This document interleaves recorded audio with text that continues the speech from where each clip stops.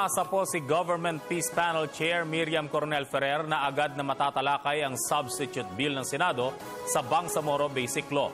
Partikular na mga probisyon nito ukol sa nasasakupang karagatan at yamang dagat ng mga lugar na masasailalim sa bagong Bangsamoro entity. Ang report mula kay Princess Habiba Sarip.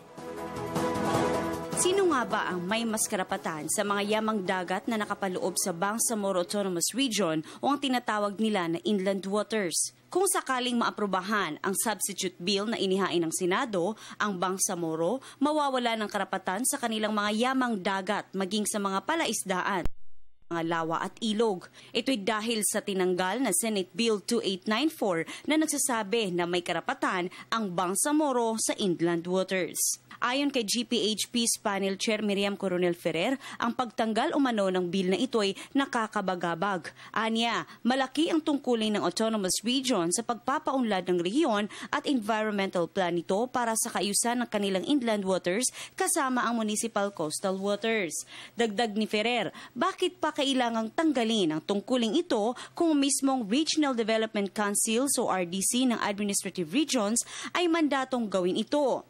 At dahil sa walang administrative RDC ang isang autonomous region, tanong ni Ferrer, kailangan pa bang ang karapatang ito ay mapunta sa national government at hindi sa Bangsamoro? Anya, isa sa nakikita nilang rason kung bakit tinanggal ang exclusive power na ito sa Bangsamoro sa Lake Lanao, ang isa sa iniingat-ingatang kayamanan ng mga Moro. Ito ang nagbibigay buhay sa bawat Mindanaoan sa pamamagitan ng pagmementena nito sa kanyang Agus hydropower plants. Sa ngayon, maliban sa pagbabalik ng exclusive powers, nakabinbin din ang proposal sa extension ng Bangsamoro coastal waters sa lawak na 22.224 kilometers o 12 nautical miles mula sa low water mark ng mga coastal municipalities.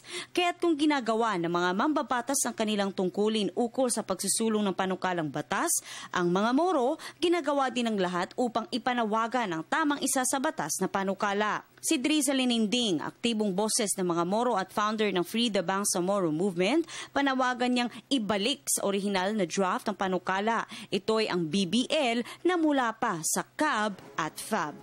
Para sa Telebisyon ng Bayan, Princess Habiba.